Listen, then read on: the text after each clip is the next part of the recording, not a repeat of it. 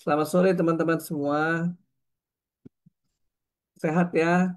Semua dalam kondisi yang baik dan Sabtu-Sabtu ini semangat belajar ya.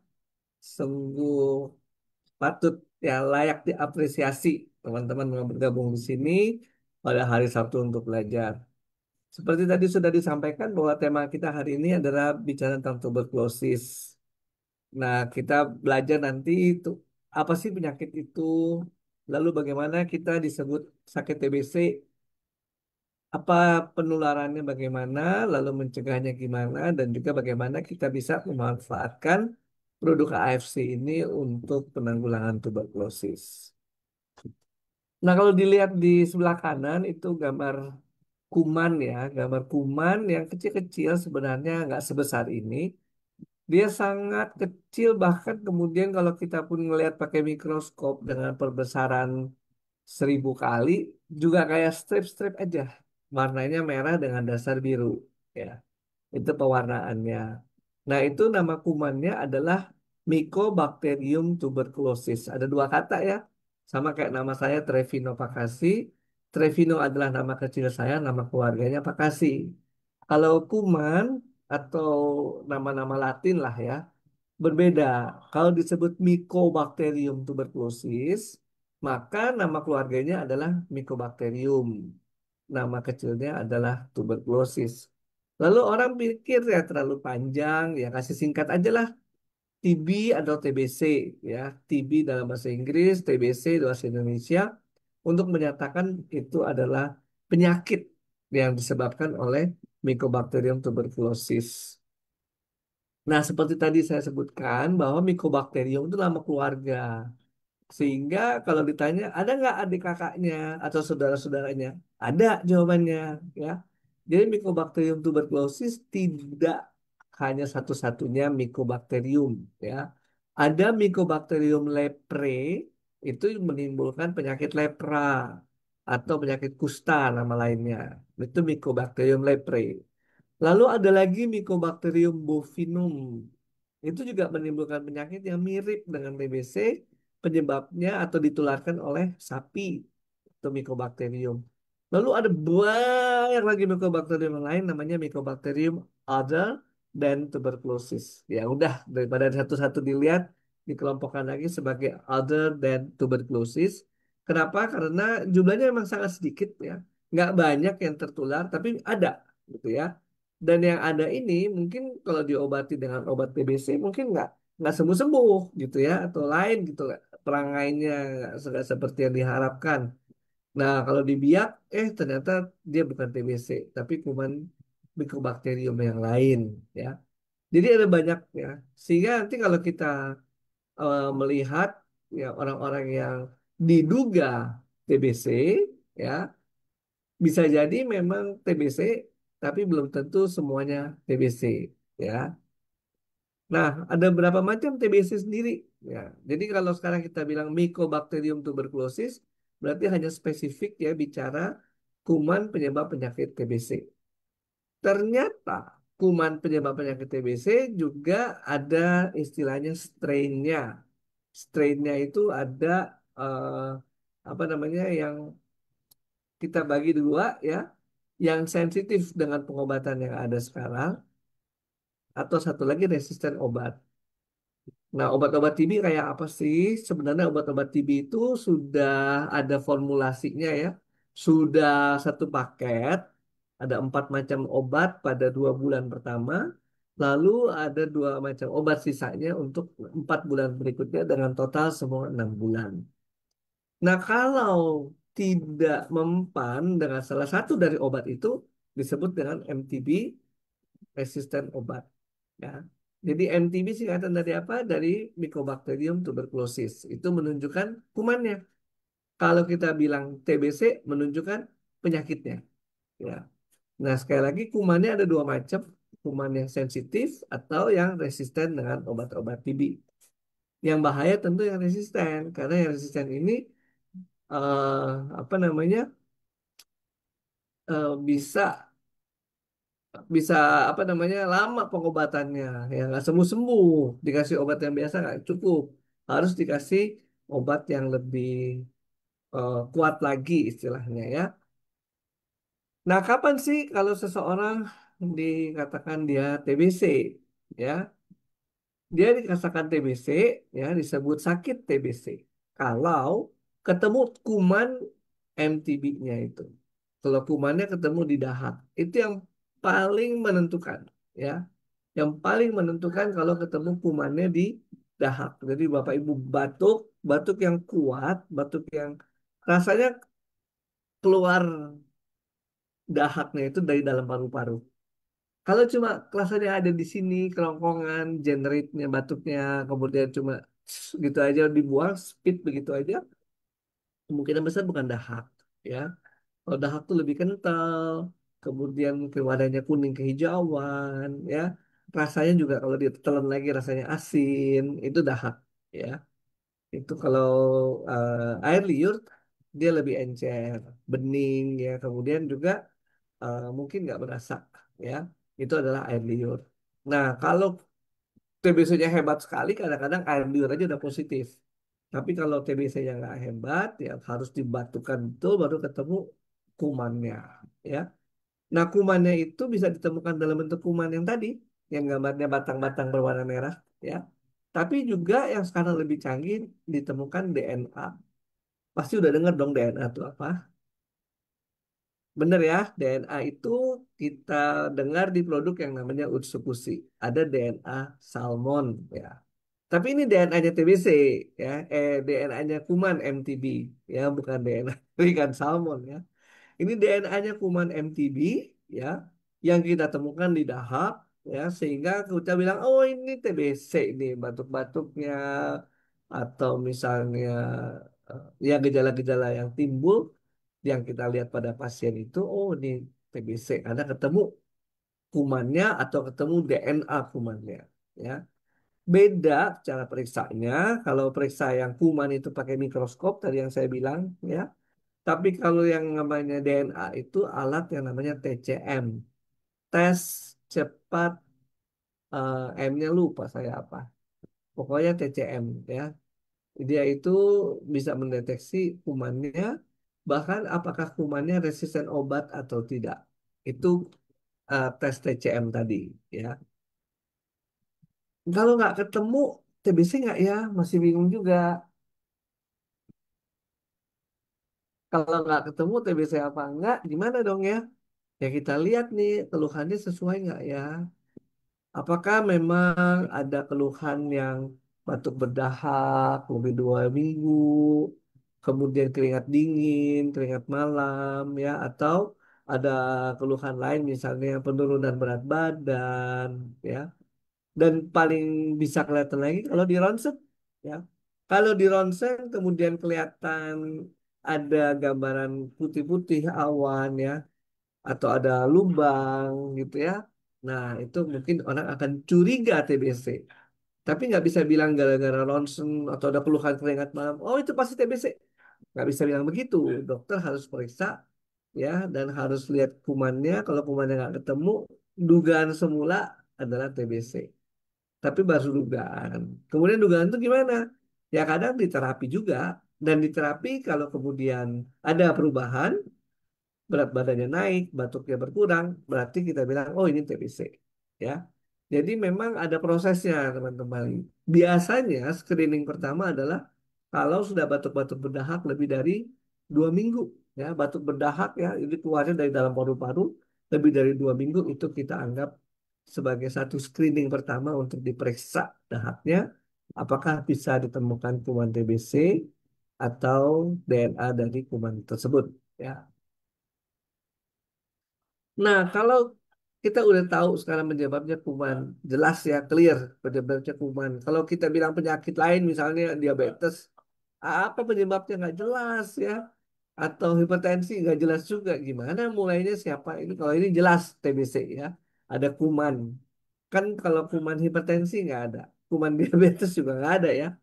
Jadi kalau TBC lah yang paling jelas ya ada kumannya dibandingkan dengan hipertensi, apalagi kanker, wah lebih nggak tahu lagi prosesnya gimana. Ya. Nah orang yang punya penyakit TBC di dalam tubuhnya ada kumannya. Terus dia bisa apa? Batuk.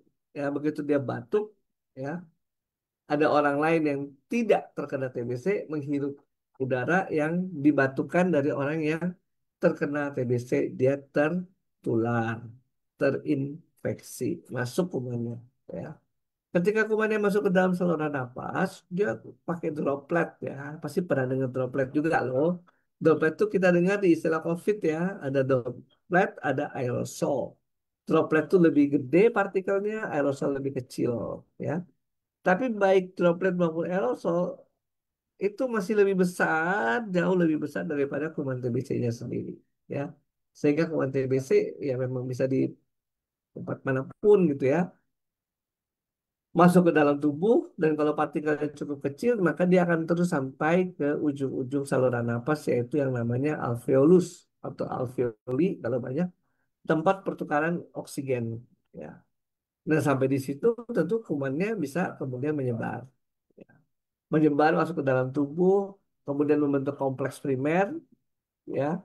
Ada yang kemudian ternyata sakitnya makin berat menyebar, tapi ada yang kemudian jadi diam, kumannya ngantuk dan tidur. Namanya stadium dorman. Nah, sekian waktu kemudian, bisa 15 tahun, bisa 20 tahun, bisa pokoknya bertahun-tahun kemudian, kuman yang tadinya tidur nih kayak Sleeping Beauty ya, bisa bangun. Namanya reaktivasi. Ya. Jadi kalau orang bisa tertular TB, nggak selalu langsung sakit. Bisa kemudian bertahun-tahun kemudian sakit TB.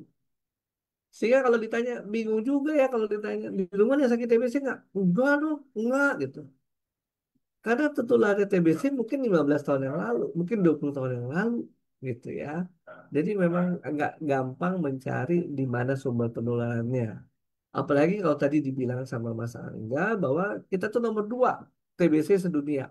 Ya kenapa nomor 2? Karena penduduk kita paling banyak. Tapi kalau dari segi jumlah penduduk, sebenarnya paling banyak Cina, lalu India, ya kan, kemudian Soviet, ya, baru Indonesia. Ya kita penduduk nomor 4, aku nggak salah nomor 5 atau nomor 4 ya. Masih ada Amerika Serikat ya, saya kurang tahu yang lebih mana yang lebih banyak. Tapi kalau jumlah penduduk nomor 4, tapi jumlah TBC nomor 2, berarti banyakkan TBC di Indonesia dibandingkan dengan TBC di Cina, dibandingkan dengan TBC secara relatif ya, TBC di India, gitu kan. Secara relatif jauh lebih banyak di Indonesia dibandingkan dengan di India ataupun Cina. Artinya apa? Menyebarnya cepat, ya. Banyak orang terkena TBC, nggak diobati barangkali, sehingga menular lagi ke orang lain, kasih lagi TBC-nya kemana-mana, ya. Itu yang menyebabkan kemudian kuman TBC lebih banyak di penduduk Indonesia, meskipun secara urutan kependudukan kita bukan nomor 2, tapi nomor 4, ya. Nah, itulah teman-teman, kenapa kita bisa sakit TBC. Karena kita tertular. Ada orang yang sakit TBC dekat-dekat kita. Dekat-dekat kita, itu kata kuncinya, dekat-dekat kita. Makanya paling sering dicari adalah rumah dulu. Ya, rumah dulu yang dicari. Kenapa yang dicari bukan di kereta misalnya kalau yang Jakarta Bogor, atau di bis gitu yang sempit-sempitan gitu ya. Karena kontaknya nggak cukup lama dibandingkan kalau mereka di rumah ya. Yang di rumah kontaknya cukup lama ya. Meskipun kita deket-deketan nih muka sama muka dengan pasien, tapi kita juga punya daya tahan tubuh. Satu. Yang kedua, kita nggak bisa buktikan nih apakah benar TBC kita gara-gara penumpang yang itu tuh yang bentuk-bentuk di depan saya. Nggak bisa buktikan. Kenapa? Karena TBC tadi bisa sampai 15 tahun kemudian baru aktif. Jadi kita nggak bisa bilang juga. Itulah sebabnya TBC itu dianggap sudah menular luas, endemis di dalam negara kita. Ya, disebut endemis, ada kantong-kantongnya. Ya, bukan seperti epidemi yang kemudian semua menyebar secara merata. Ini enggak. Ada kantong-kantong yang banyak TBC, ada yang enggak. Ada kantong di sini banyak TBC, di sini enggak. Gitu ya. Itu yang kita sebut dengan endemis. Bagaimana kita bisa tertular? Satu, mesti ada orang yang TBC tadi ya, dekat kita.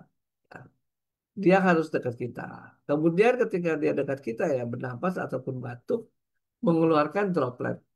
Ya. Nah, perlu teman-teman ingat bahwa droplet bisa menyimpan kuman TBC sampai bulan-bulan. Kenapa? Karena kumannya punya daya tahan tubuh ya. Punya daya tahan hidup, soalnya bukan daya tahan tubuh. Kumannya punya daya tahan hidup ya.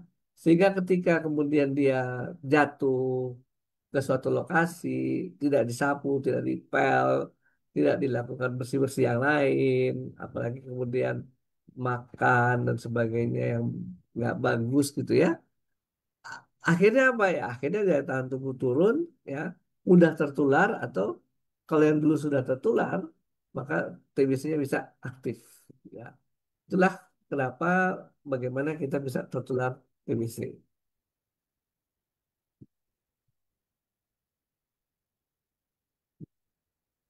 Nah, cara mencegah penyebarannya bagaimana? Kalau kita tahu ada pasien tuberkulosis, ya suruh pakai masker lah, gitu ya. Masker yang biasa ini yang dipakai sama si Om di sebelah ini nih ya, gambar ini ya cukup cukup dalam arti dia sebagai barrier ya, tidak menahan menahan supaya semburan dari udara yang pasien TBC tidak menyebar. Ya. Jadi itu yang penting ya ketika ada pasien TBC ya kita suruh dia pakai masker ya supaya dia tidak menular. Kemudian yang batuk-batuk yang lain gimana gitu kan kita nggak tahu nih orang batuk-batuk segala macam mana yang TBC mana yang enggak. Kita nggak tahu bahkan juga di ketemu di kereta udah berapa lama. Nah teman-teman sebenarnya ada etiket yang baik ya kalau semua orang yang sakit batuk-batuk respirasi itu istirahat dulu gitu. Itu sekarang ke situ setelah COVID ini ya, setelah pasca COVID, orang, oh kalau batuk-batuk istirahat dulu lah. Jangan so pintar bilang sehat, gitu ya. Sebenarnya sakit juga.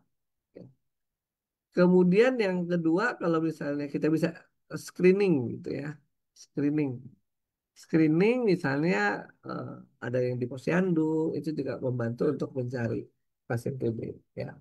Lalu mereka yang batuk-batuk, ya yang baik ketemu di posyandu maupun ketemu di masyarakat, jangan lupa harus pakai masker. Ya.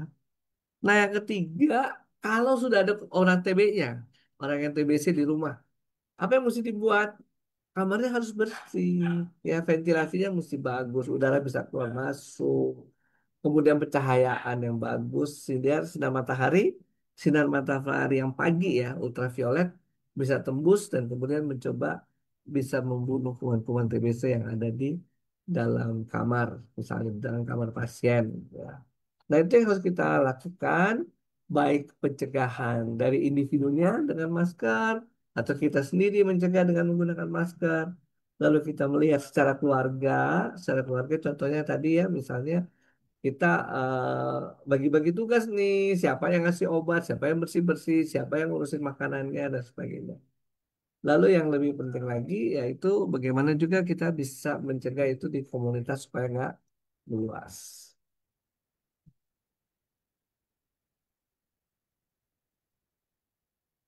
Nah, kadang orang males gitu ya, periksa TB ya. Sebenarnya sayang ya, sayang kalau orang males ya. Terus kalau ditanya, iya takut ini takut itu segala macam.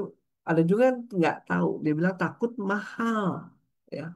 Takut mahal. Sebenarnya harga obat TBC berapa ya? Ada yang tahu nggak harga obatnya berapa? Iya, obatnya tuh gratis, 0 rupiah, ya. Obatnya gratis 0 rupiah. Tapi untuk dia bisa mendapatkan obat gratis itu dia mesti ke puskesmas. Kadang harus antri ya berapa jam seharian. Kemudian misalnya ada lagi yang punya pekerjaan gitu kan. Tunggu sebentar ya, ada intervensi.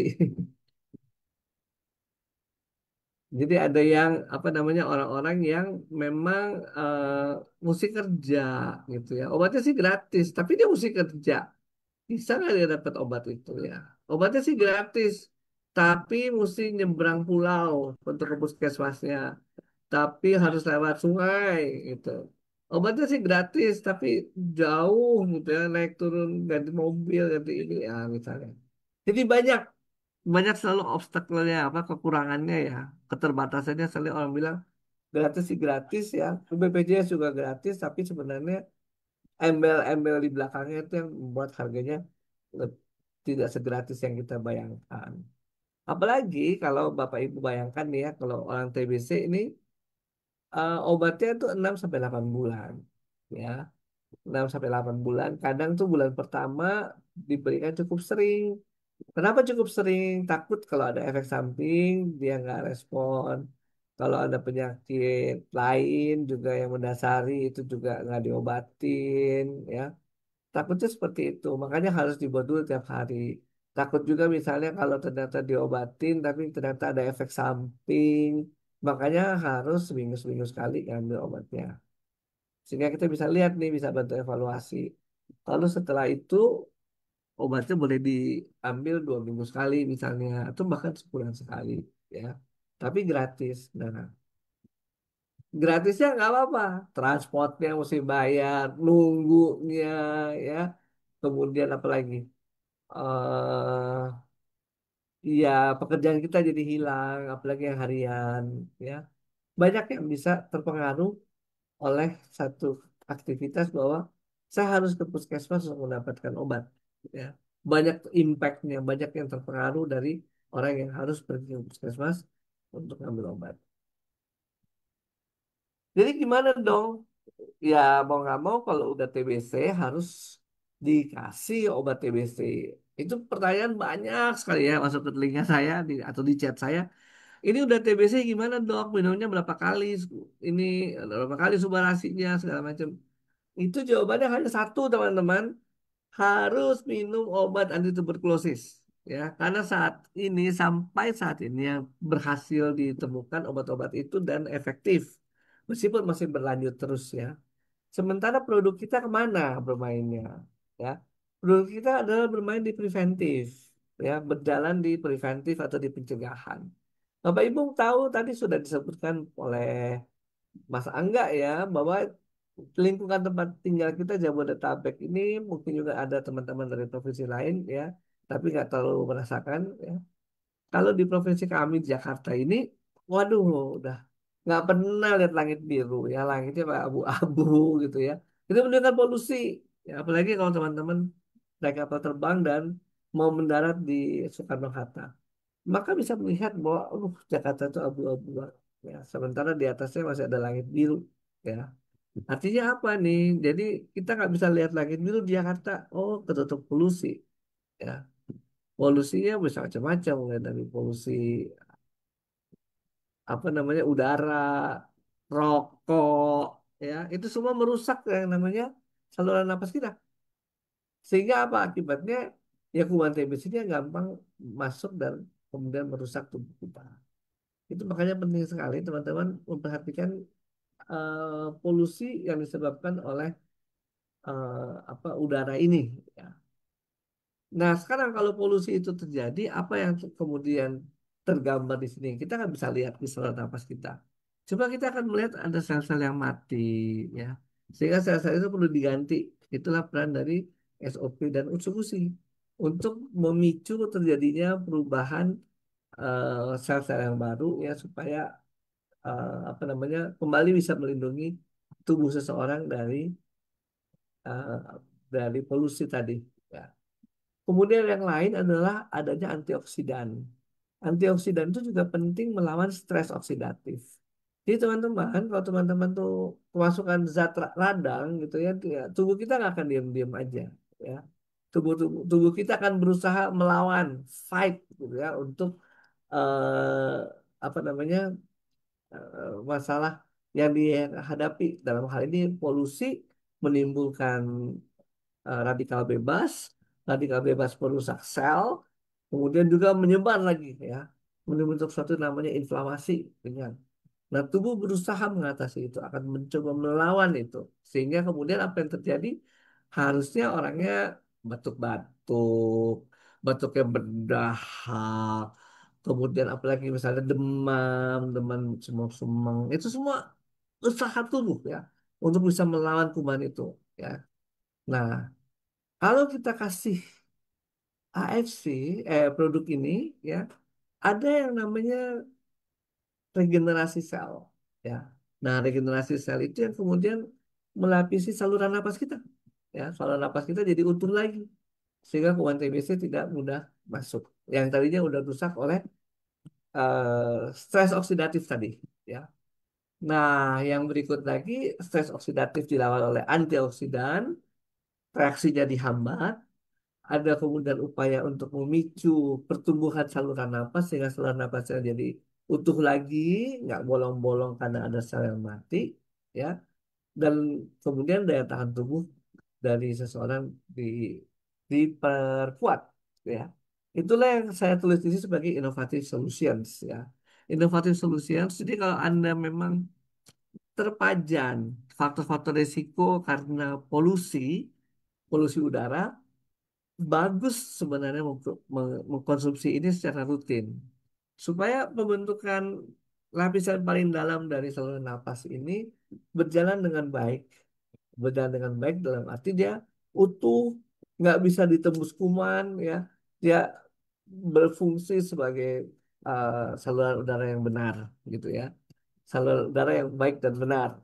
Nah, disitulah fungsi dari si Subarashi dan Utsukushi ini untuk melindungi saluran napas Bapak Ibu, ya, dengan antioksidannya, fungsi kemudian fungsi regenerasi sel, ya, itu di sana dia bermain. Nah, kan kenyataannya nggak semua mengkonsumsi TBC yang apa namanya akan bebas TBC, ya, dalam tanda kutip akan bebas gitu. Kenapa? Karena ada kumannya yang masuknya itu masuknya mungkin udah belasan tahun yang lalu. Sedangkan produk AFC baru tahun 2018 ya kalau nggak salah. 7 tahun yang lalu lah, 7 sampai 10 tahun yang lalu. Jadi yang udah kandung menyimpan kuman karena dorman, ya udah masuk kumannya. Nah, disitulah peran dari Utsukushi. Utsukushi ini membantu untuk meningkatkan imunitas, menciptakan sel-sel yang rajin, yang punya daya daya kepintaran meskipun di sel, ya, nggak punya otak, tapi kepintaran untuk bisa membedakan, oh yang ini musuh saya, yang ini bukan, gitu ya. Sehingga kemudian yang musuh itu yang diserbu, musuh itu yang diancam, diganjang dan sebagainya. Sementara yang lain aman. Itulah fungsi dari kedua produk kita. Ya, tentu saja yang saya bicarakan secara general, ya.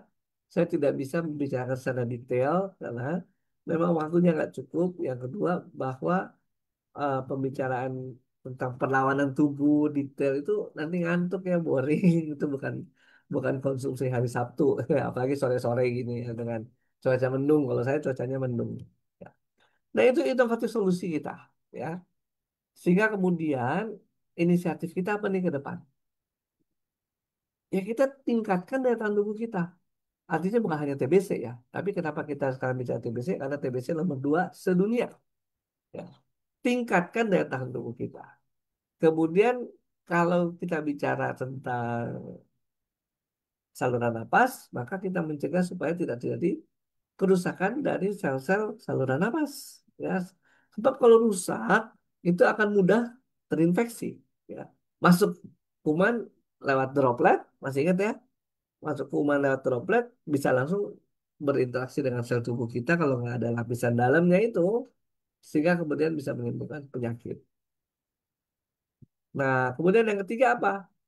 Yang ketiga adalah mencegah perusakan sel oleh reaksi radang. Itulah fungsi dari SOP dan Utsukushi, ya, karena mengandung antioksidan. Jadi Bapak Ibu, kalau sel kita rusak, kemudian sel kita mati, kemudian ada misalnya katakan invasi itu, ya, kuman dan sebagainya, maka akan timbul namanya reaksi radang. Reaksi radang itu memang per se emang dianggap sebagai reaksi yang dibutuhkan untuk menghilangkan kuman penyebab penyakit. Ya, reaksi radang itu. Nah, reaksi radang itu sendiri kemudian begitu kadang kuatnya, ya, karena batuk-batuk, ya, itu sehingga orang nggak nyaman. Orang nggak nyaman jadi males lah, gitu, ya. Enakan begini aja. Padahal yang begini aja saya kasih contoh yang lain namanya HIV. HIV itu daya tahan tubuh turun. Nah, kalau pas daya tahan tubuh turun, dia terinfeksi TBC. Kadang-kadang nggak ada gejala. Nggak bisa batuk dia, nggak ada juga gejala lain. Karena dia nggak tahu bahwa dia terinfeksi. Lain dengan misalnya kita yang sekarang tiba-tiba terinfeksi, maka kita akan merasakan tubuh kita melawan, ada demam, ada batuk, ada keluar dahak. Nah, ini jangan-jangan TBC ini. ya, sehingga kemudian kita mencoba eh, apa namanya dengan obat TBC ya, tapi juga kemudian kita kontrol ya dengan hal yang lain seperti makan, olahraga dan sebagainya. Nah, itu teman-teman sekilas mengenai TBC dan peran dari produk FC kita. Kalau ada yang belum puas, masih ingin bertanya, boleh langsung ditanyakan. Boleh juga open mikrofon ya, seperti minggu-minggu sebelumnya, ya. Atau apapun yang teman-teman mau chat juga boleh. Silakan kalau ada pertanyaan ditunggu. Angkat tangan juga boleh. Angkat tangan virtual.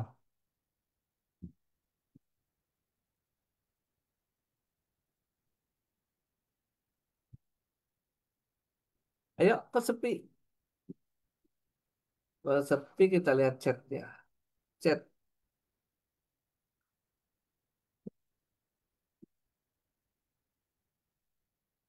Minum obatnya dipanjangin sampai 8 bulan ya dok.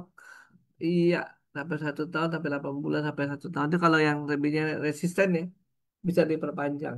Ya. Kemudian obat TBC gratis, tapi membunuh diri sendiri pelan-pelan. Karena ginjal akan berontak jika dihantam terus oleh obat-obat kimia. Ya, jadi obat memang ada yang dibuang lewat ginjal, ada yang dibuang lewat hati ke saluran cerna, ya, lewat feses, ya, buat kotoran manusia. Ada lewat kencing, ada lewat kotoran manusia. Tentu memang kalau ginjal itu apa namanya bekerja terus aktif gitu ya, lama-lama mungkin dia capek.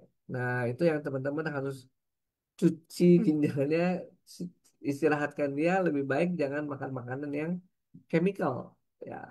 Semua langsung aja gunakan makanan-makanan organik itu sih ya yang menyebabkan kemudian ginjal ya harusnya lebih sehat ya dibandingkan dengan kimia-kimia.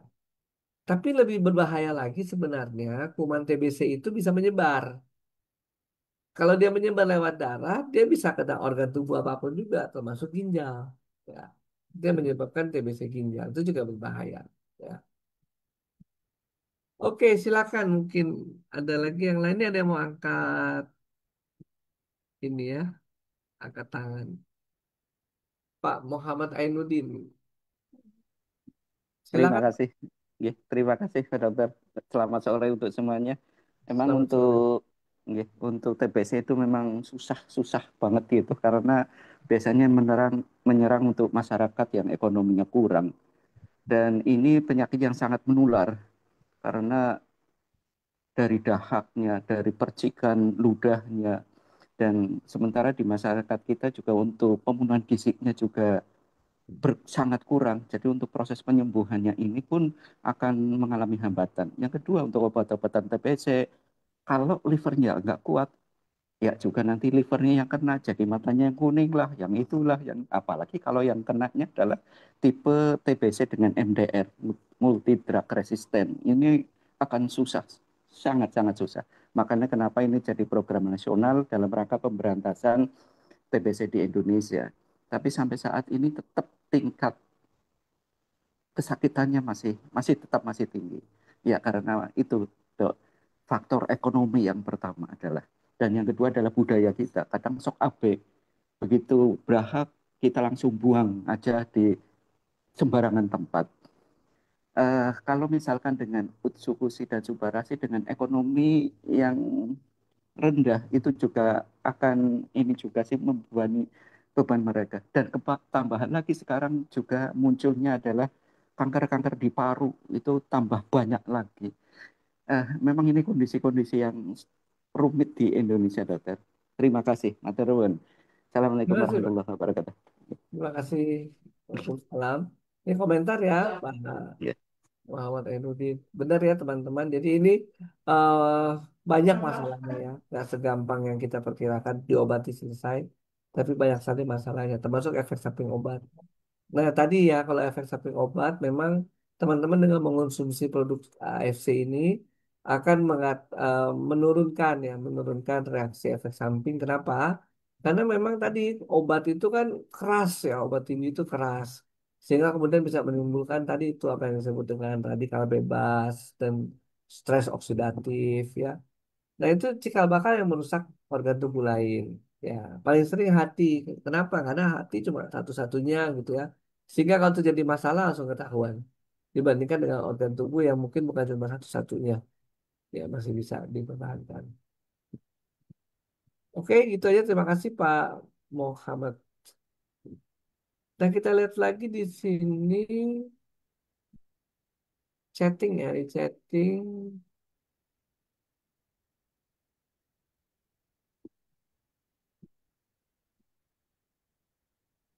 Obat TBC gratis. Oh, tapi udah nih ya. Kenapa banyak yang udah negatif TBC, udah dinyatakan sehat, tapi masih sesak dan masih mengi, ya, mengi itu bunyi ngik yang "kik", ya, masih mengi kalau nafas, kalau nafas "kik", gitu ya. Kenapa bisa terjadi pada orang yang sudah selesai pengobatan? Nah, teman-teman pengobatan TBC itu lamanya 6 bulan kalau bukan penyakit TBC yang resisten obat. Ya.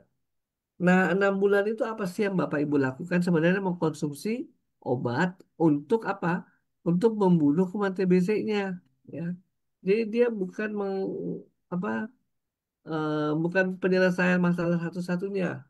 Artinya kalau kita kasih itu kuman TBC-nya hilang, semua gejala hilang. Enggak, ya. Yang hilang hanya kuman TBC. Lalu yang lain dari mana dong? Ya gejala batuk, gejala apa bisa menimbulkan luka, ada jaringan parut misalnya. Ada yang kemudian apa ya jadi selain jaringan parut itu bikin sesak ya. Ada yang lubang, lubangnya itu saya pernah penelitian di NTT itu sampai 6 bulan pun lubangnya belum ketutup ya, tapi mengecil sih mengecil. Sehingga kemudian gejala-gejala batuk, sesak napas masih ada ya. Ada yang namanya fibrosis itu juga menyebabkan saluran napas jadi menciut ya, mengecil. Nah, itu yang kemudian kita harus lakukan tindakan-tindakan fisioterapi dan sebagainya untuk melatih orang bernafas dengan yang sudah ada atau yang existing ada misalnya ya dengan kondisi yang ada. Jadi gitu. Jadi teman-teman kuman TBC itu dihilangkan oleh obat TBC. Tapi kerusakan-kerusakan yang timbul akibat kuman TBC itu nggak bisa diobati oleh obat TBC. Itu yang menyebabkan keluhannya masih ada. Oke ya, semoga masih jelas, sudah jelas ya. Lah di dok mau tanya, suami saya batuknya pas lagi mau tidur malam, berdahak dan kalau udah batuk Berhenti.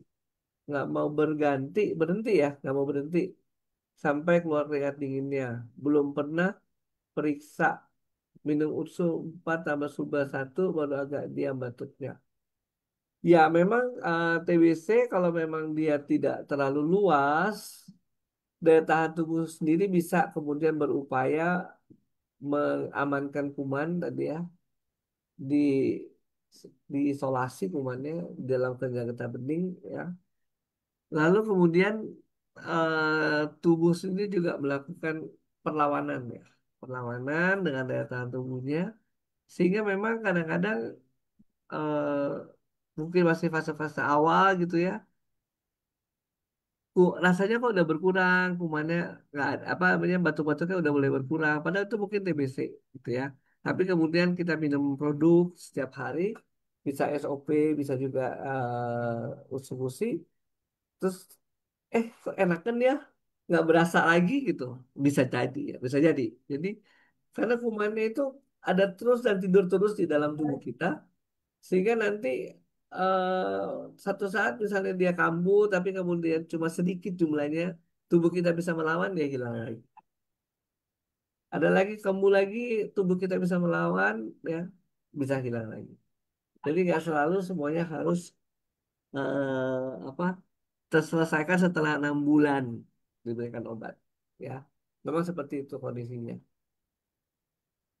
Kemudian di sini jadi ada dia bilang di sini adalah yaitu testimoni ya bahwa agak tenang nih setelah minum ursu dan subarasi. Oke, lalu kita lanjut ke pertanyaan berikut, Pak Dokter. TBC dan asma keduanya menyerang paru. Emang ada perbedaan, bisa lebih spesifik bedanya apa? Oke, jadi TBC itu kuman, kuman ya penyebabnya kuman dan bukan hanya paru, saluran nafas juga bisa kena, selaput paru juga bisa kena, bisa ke otak, bisa ke selaput otak, bisa ke tulang belakang, bisa ke ginjal, usus dan segala macam. Itu TBC, ya. Nah, TBC yang di saluran napas dengan TBC yang di paru bisa sama, bisa beda. Dalam arti ya kalau ada sesuatu di paru-paru, pasti tubuh akan batuk. Kalau dia di saluran napas bawah, batuknya pakai dahak. Ya. Itu udah kesamaannya. Lalu bedanya apa dengan asma? Asma itu ada pencetus, debu misalnya, olahraga, ya, atau mungkin tungau, ya, atau yang lain. Ya. Ada pencetus, tapi bukan kuman MTB. Kalau pencetusnya kuman MTB, sakitnya namanya TBC. Ya. Lagi kalau ketemu kuman MTB, sakitnya namanya TBC. Tapi kalau ini pencetusnya bukan, ya, bukan kuman, ya, untuk asma. Untuk asma pencetusnya bukan kuman. Lalu ciri khas dari asma adalah dia bisa balik normal, bisa kembali seperti normal. Ya, sedangkan kalau kuman TBC nggak bisa.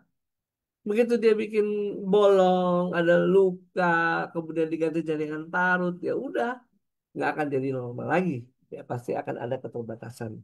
Itu untuk kuman TBC atau penyakit TBC dibandingkan dengan penyakit paru, asma, ya. Semoga teman-teman cukup jelas ya.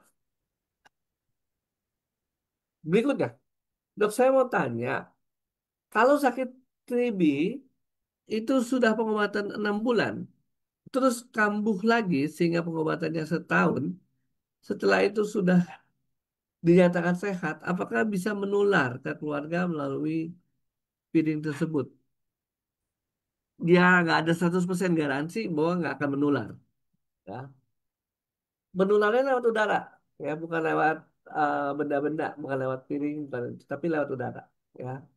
Jadi sebenarnya kalau ketika kita makan bersama, makan keluarga, ada yang TBC, gitu ya, bukan berarti karena dia TBC, dia batuk atau menularkan seluruh droplet, anggota keluarga bisa kena. Ya.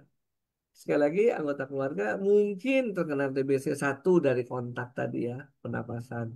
Tapi juga bisa sakit TBC karena eh, apa namanya, yang dulu-dulu, yang dulu-dulu gitu. Ya kita juga udah nggak tahu siapa sumber penularnya, ya, dan menyebar ke seluruh tubuh kita. Ya. Itu namanya yang reaktivasi. Ada yang aktif, ada yang reaktivasi. Itulah kuman TBC kita yang terkenal gitu. Ya. Nah, berikutnya izin tanya, Dok, TBC yang dimaksud 1 juta penderita di Indonesia apakah khusus TBC paru atau TBC tulang? Saya mesti baca dulu nih artikelnya ya. Saya juga nggak inget ya. Apakah itu khusus TBC baru atau TBC yang lain? Ya. Kemungkinan mungkin kemungkinan sih TBC lain juga kali ya. Bukan hanya sekedar TBC paru. Jadi TBC yang lain, TBC selaput paru, TBC di saluran napas, TBC di otak, selaput otak, TBC di tulang belakang, TBC di ginjal, usus, pokoknya banyak TBC. Bisa di mana-mana ya. Pertanyaan berikut, harus cek screening TBC penting, ya harus ya. Screening TBC penting, setahun sekali cukup, kecuali Bapak Ibu di daerah yang endemis ya, yang banyak TBC-nya.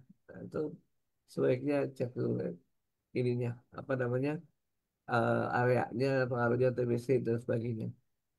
Lalu kemudian berikutnya, izin bertanya dok, untuk penderita TB dosis suba dan otsufusi bagaimana? Oh ya, untuk pasien TB mau dikasih suba dan otsufusi, boleh ya. Mana yang kita akan fungsikan, terutama. Artinya kalau kita kasih suba ya pasti akan berfungsi seperti apa yang sudah dipatenkan. Nah kemudian kita mau target yang mana? Saya selalu ulang-ulang kalau Bapak Ibu menargetkan antioksidan nggak ada dosis, terserah mau bisa banyak silahkan ya. Tapi kalau mau merangsang epitalisasi, pembentukan dari perbaikan dari luka, misalnya, tentu itu ada batasnya. Artinya nggak bisa secepat yang kita inginkan. Oh, supaya cepat, kasih aja yang banyak, kasih terus, terus, terus, terus. Nggak bisa kayak gitu, ya. Atau misalnya supaya cepat sembuh gitu, eh, apa namanya, selain kasih yang banyak, ya, eh, yang paling sering itu sih kasih yang banyak ya. Kombinasi aja langsung semua gitu ya. Nggak juga sih sebenarnya, karena mekanismenya beda, ya. Jadi kalau untuk menutup luka, mekanismenya adalah emang mekanisme, ya, ada luka, ada lubang gitu. Kemudian tubuh kita melakukan perbaikan dengan regenerasi sel. Mekanismenya itu. Pasti waktunya beda untuk waktu di paru, selaput paru gitu ya. Kalau di tulang mungkin beda juga gitu ya. Jadi beda-beda sih ketika kita mau bilang, oh, kita mau memfungsikan AFC, produk-produk AFC, ya, unsur dan suba untuk eh, apa namanya, menggantikan sel-sel yang rusak. Kemudian ada lagi fungsi untuk imunitas. Nah, kalau untuk imunitas, kita tahu paten fungsi yang paling ini adalah si usukusi, ya. Jadi usukusi dulu mungkin kita fokusnya boleh, ya. Setelah usukusi kita berikan berapa lama dan berapa banyak? Itu selalu pertanyaan berikutnya. Berapa lama dan berapa banyak? Kalau kita mau memproduksi NK cell lagi, pasti ada limitnya. Ya, nggak bisa langsung sebanyak-banyaknya minum usukusi, NK cell-nya akan banyak. Nggak, ya. Juga termasuk memproduksi protein. Protein yang namanya antibody. Jadi biasanya orang-orang TBC itu udah sakitnya lama, kurus kering, kurang gizi, ya. Sehingga kemudian juga proteinnya nggak banyak. Nah, ketika protein nggak banyak, ya kita harus kasih protein tambahan. Paling gampang telur, ya. Putih telurnya yang kita kasih, kita olah, kita berikan kepada pasien. Dengan adanya protein tambahan, maka pembentukan daya tahan tubuh meningkat. Ya, pembentukan daya tahan tubuh yang namanya antibody itu nggak langsung ya, teman-teman. Perlu NK sel dulu, NK sel dengan reaksi kimianya semua, reaksi selulnya, jadilah kemudian pembentukan antibody. Pembentukan antibody membutuhkan apa yang namanya protein. Jadi tentu banyak sekali faktor-faktor yang saling berkaitan, ya. Nah, kembali ke tadi, untuk men-trigger perbaikan imunitas, usus lebih tepat, ya. Kalau teman-teman mau pakai antioksidan untuk menangkal perusakan jaringan karena radang dan sebagainya, dosisnya tidak terbatas. Terserah, ya. Mau pakai lebih banyak antioksidan boleh, ya.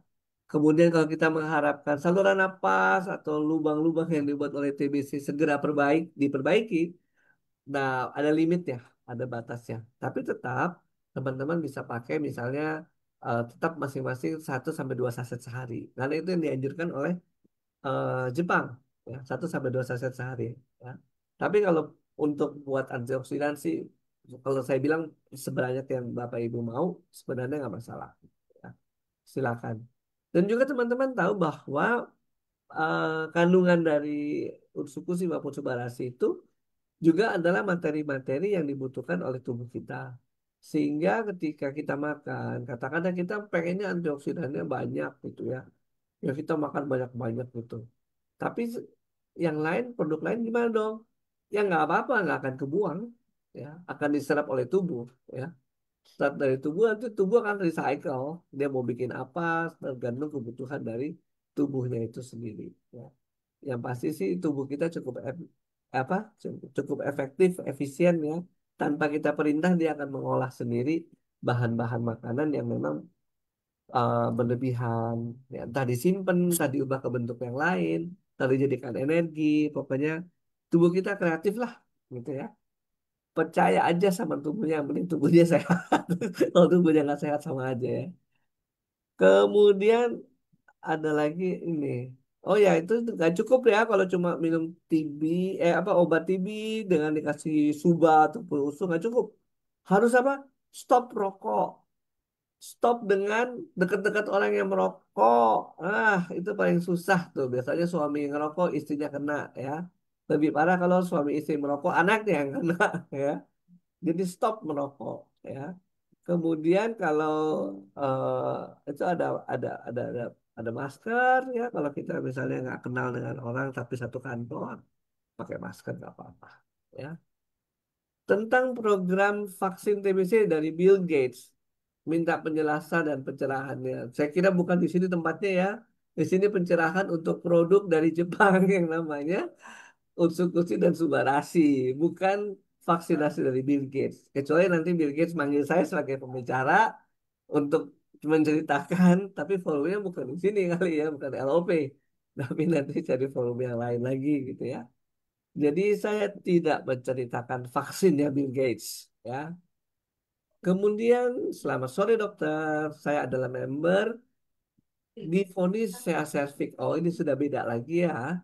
CA cervix ini adalah penyakit Bagian kanker. di sini antara Penyakit kanker pada saluran pada rahim ya mulut rahim. Kemudian pertanyaannya sudah kemo pertama.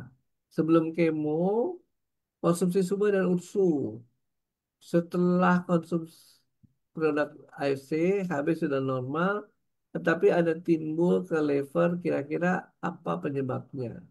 Bisa efek samping sih, efek samping dari si obat ya, obat kimia sehingga terasa di liver. Jadi ya untuk lebih jelasnya memang kita harus periksa benar ya, sebelum dan sesudah minum obat kayak apa, kemudian kandungan-kandungan hormon tertentu meningkat apa tidak ya. Kalau meningkat, apakah itu kemudian pengaruh dari obat atau bukan, itu yang kita pikirkan. Pertanyaan berikutnya, dok, apabila waktu kecil pernah sakit TBC, tapi sekarang sudah dewasa dan sehat, apakah keadaan itu aman? Aman untuk konteks bahwa dia bisa TBC lagi? Jawabannya enggak. Jadi kita sakit TBC ini berarti ada kuman yang aktif. Nah, kemudian kita dikasih obat. Obat itu hanya bisa direspon oleh kuman yang aktif. Apakah semua kuman aktif pada waktu kita sakit TBC? Mungkin enggak. Ya. Ada juga tetap yang dalam fase tidur atau dorman. Jadi ketika kita sakit TBC, diobati TBC, eradikasi habis kuman TBC-nya pada kuman TBC yang aktif. Nah, apakah kemudian ada kuman TBC yang nggak aktif? Mungkin ada. Apakah bisa diobati pada waktu itu? Tidak terobati. Apakah bisa kambuh? Bisa kambuh. Ya. Yang penting supaya tidak kambuh, teman-teman jaga kesehatan dengan minum usus gusi, ya, sehingga kemudian tidak terjadi kekambuhan. Kemudian ada lagi dok waktu oh nih, sore dok, saya alergi debu udara dingin. Kalau batuk jadi lama dan banyak lendir, bersin-bersin di pagi hari. Berapa suba dan eksekusi yang harus saya minum? Ya sebenarnya kalau mengenai eh, fungsi dari suba atau usukusi pada penderita asma atau alergi, ini lebih banyak kepada reaksi radang dan kemudian reaksi alerginya itu yang lebih banyak ke sana. Sehingga kalau teman-teman merasa itu penting untuk ditata laksana, maka minumnya lebih banyak lagi, yaitu sekitar 6 saset gitu ya misalnya, 7 saset, 8 saset ya bisa gitu ya. Karena kita mau menahan reaksi akibat radiasinya gitu ya. Itu yang kita perjuangkan di sini. Apalagi nih, habis nih pertanyaannya.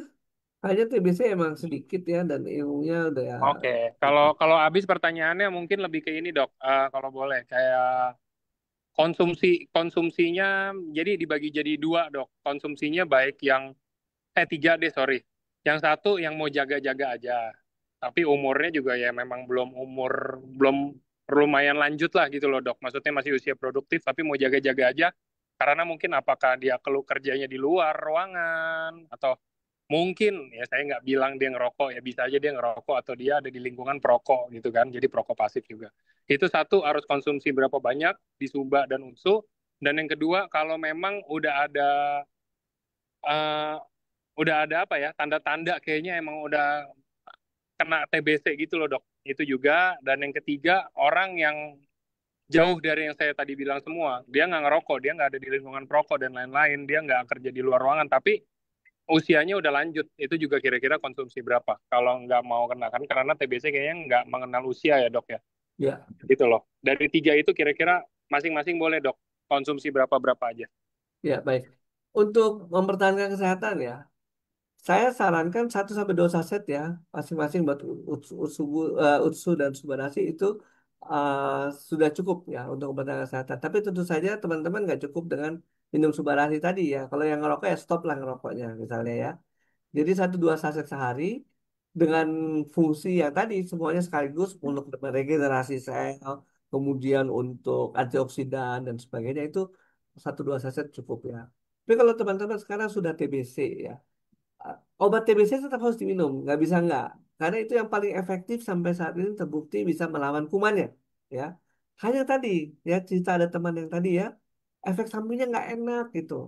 Atau mungkin eh, apa namanya terutama efek samping ya, tapi juga ada yang merasa obat eh, TBC itu selain selain obatnya maksud saya sakit TBC-nya itu sendiri juga bisa takut bikin sesak, udah 6 bulan minum kok masih sesak gitu ya segala macam. Jadi perlu perbaikan sel. Nah, perbaikan sel itu jadi teman-teman bisa naikkan jumlahnya. Mau 4 sampai 6 6 saset sehari masih oke ya. Yang penting proteinnya mesti ada juga karena yang di sini produk-produk Ursu dan Suba ini merangsang untuk apa? Timbul sel-sel baru ya. Sel-sel baru dibutuhkan untuk apa nih? Supaya kalau udah selesai pengobatan nggak sesak napas, udah baik, lukanya udah tutup, udah nggak lubang lagi misalnya gitu ya. Dan itu bisa sampai 4 6 saset ya. Fungsi dari obat dari AFC dan ini adalah untuk men-trigger ya, men-trigger. Tapi obatnya jangan lupa harus terus minum ya. Kemudian kalau misalnya yang terakhir tadi apa yang ketiga ya? Lupa jadinya. Lanjut lanjut usia dok. Lanjut usia. Ya, Ya, lanjut usia memang intinya juga sama ya. Ada juga masalah apa namanya? Imunitas turun ya. Imunitas turun juga kadang-kadang makan juga eh, nggak terlalu mau banyak gitu ya. Ya, teman-teman bisa tetap mengkonsumsi 1 sampai 2 saset ya. Kalaupun misalnya 3 sampai 4 saset juga masih bisa ya. Meres Tubuh kita masih bisa merespon sebagai seorang lansia ya untuk kemudian kita mengupayakan regenerasi sel dan sebagainya sehingga melindungi saluran nafas kita terhadap kuman TBC. Itu yang saya bisa sarankan ya, Mas Angga. Makasih.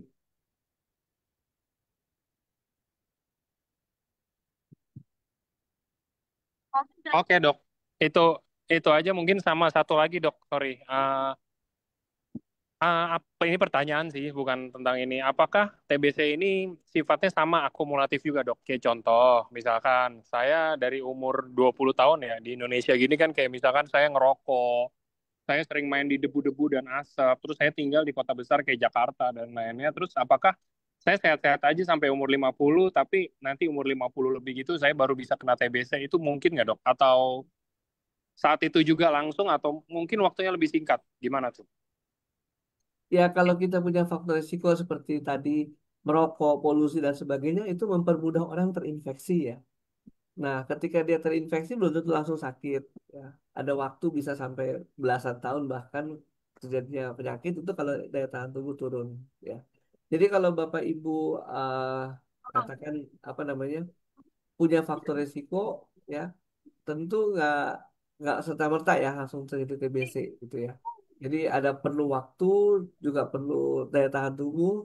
Nah, bisa jadi bahkan Eh, sudah terinfeksi tapi nggak jadi sakit. Kenapa? Karena daya tahan tubuh terus diperkuat.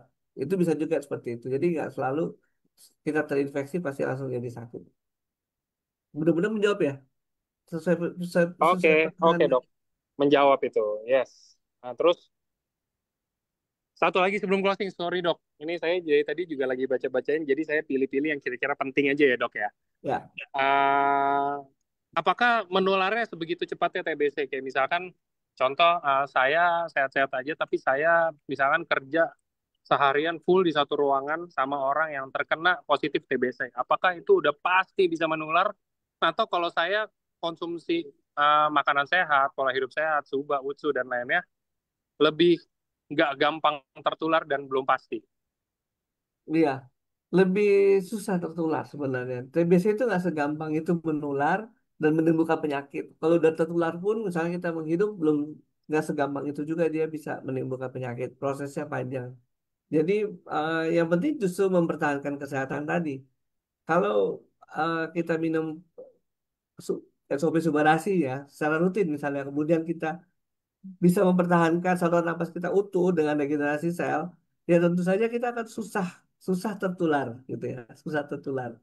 Sehingga eh, Anda mengkonsumsi rutin seperti ini sebenarnya Anda membantu memproteksi tubuh kita ya supaya tidak tertular TBC atau kuman-kuman yang lain juga ya.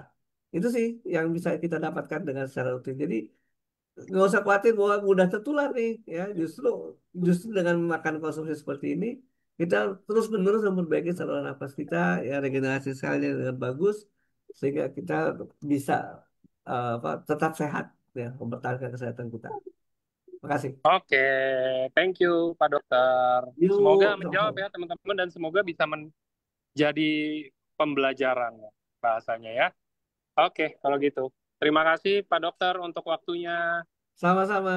dan terima kasih untuk teman-teman semua juga yang sudah hadir ke dalam Zoom hari ini dan kita belajar bareng. Semoga bisa membantu kalian uh, uh, bisa mendapatkan ilmu baru, bisa mendapatkan insight baru ya untuk penyakit TBC ini ya. Semoga terbantu.